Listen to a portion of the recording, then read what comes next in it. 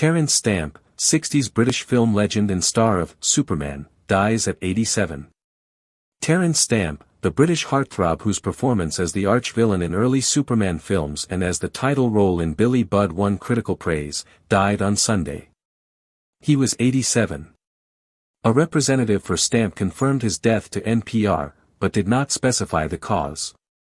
He leaves behind an extraordinary body of work, both as an actor and as a writer that will continue to touch and inspire people for years to come, Stamp's family wrote in a statement. Often associated with the swinging 60s, Stamp became a sought-after actor for both his distinctive good looks and the versatility of his performances, portraying everything from a humble sailor to shadow-haunted supervillains.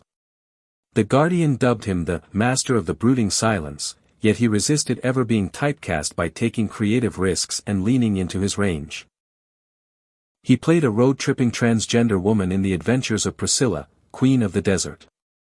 Writing in 1994, when the film was released, critic Roger Ebert said, "At the beginning of the film we're distracted by the unexpected sight of Terence Stamp in drag, but Stamp is able to bring a convincing humanity to the character." Stamp once said about playing the drag queen, "I was incredibly frightened about it.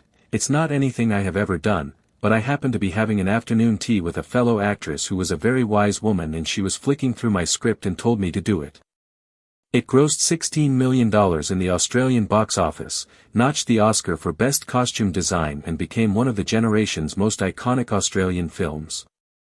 Born in East London, the son of a tugboat worker and a homemaker, Stamp has said his working-class background set him apart from other actors, who at the time mostly came from more affluent upbringings.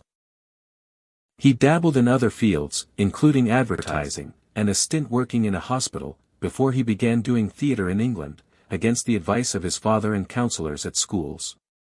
"When I asked for career guidance at school, they recommended bricklaying as a good, regular job," he told the Sunday Business Post in 2011. Stamp has said after his father came back from World War II, he was a very emotionally closed-down guy, but credits his mother with supporting his drive to become an actor, noting in his memoir that she was an inveterate moviegoer. At 24, Stamp landed his breakout role with Billy Budd, adapted from a Herman Melville novel, where critics noted that his sinewy, boyish frame and the face of a Botticelli angel made him the perfect lead role sailor. The film earned him an Oscar nomination and a Golden Globe for Most Promising Male Newcomer. Though he had a stretch of success in the 1960s, he moved to an ashram in India in 1969 and became a Swami after a romantic breakup. Stamp, however, said the real reason he moved